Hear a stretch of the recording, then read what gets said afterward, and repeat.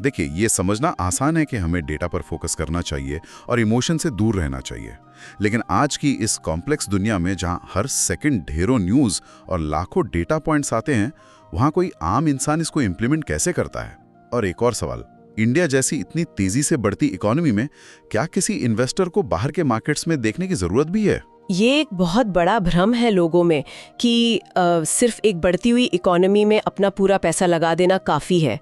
देवीना मेहरा इसे अपने SCCRs के कॉन्सेप्ट से समझाती हैं। SCCR, इसका क्या मतलब है? इसका फुल फॉर्म है single country, single currency, single asset risk. यानी अपना सारा कैपिटल सिर्फ एक ही देश, एक ही करेंसी और एक ही एसेट में रखने का रिस्क।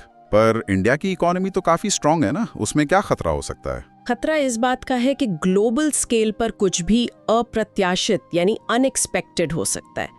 1997 और 98 के ईस्ट एशियन क्राइसिस का एग्जाम्पल ले लीजिए। उस वक्त साउथ कोरिया और थाईलैंड जैसे देशों की इकोनॉमीज दुनिया की सबसे स्ट्रॉन्ग और फास्ट ग्रोइंग मानी जाती थी। हाँ, उन्हें तो एशियन टाइगर्स कहा जाता था। बिल्कुल, लेकिन जब क्राइसिस आया तो उनके मार्केट्स एक ही झटके में 50 से 90% तक साफ हो गए। स्ट्रॉन्ग इकोनॉमी होने के बावजूद इन्वेस्टर्स का पूरा पैसा डूब गया। बाप रे, 90% गिरने का मतलब है किसी की पूरी लाइफ की सेविंग्स एक झटके में गायब। हाँ, और इसके अलावा एक और बहुत बड़ा रिस्क है करेंसी डेप्रिसिएशन का, यानी मुद्रा की कीमत गिरना। देवीना अपनी किताब में याद दिलाती हैं कि जब उन्होंने अपना करियर शुरू किया था तब एक $1 की कीमत लगभग 12 रुपए हुआ करती थी। 12 रुपए? हाँ, और आज वो 89 रुपए यानी 89 के करीब पहुंच चुकी है। तो इसका एक आम investor per day to day में क्या असर पड़ता है? बहुत असर पड़ता है। मान लीजिए आपको भविष्य में अपने बच्चे को पढ़ाई के लिए विदेश भेजना है या बाहर घूमने जाना है या फिर इंपोर्टेड फोन और लैपटॉप ही खरीदने हैं। रुपए की वैल्यू गिरने से ये सारी चीजें लगातार महंगी हो रही हैं।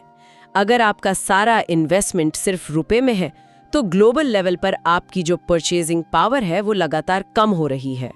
तो फिर इस रिस्क को कवर करने का सलूशन क्या दिया है उन्होंने?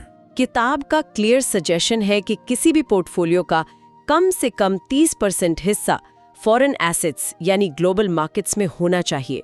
आपको अपना पैसा सिर्फ देश में ही नहीं, दुनिया भर के अलग अलग एसेट क्लासेस में फैलाना चाहिए।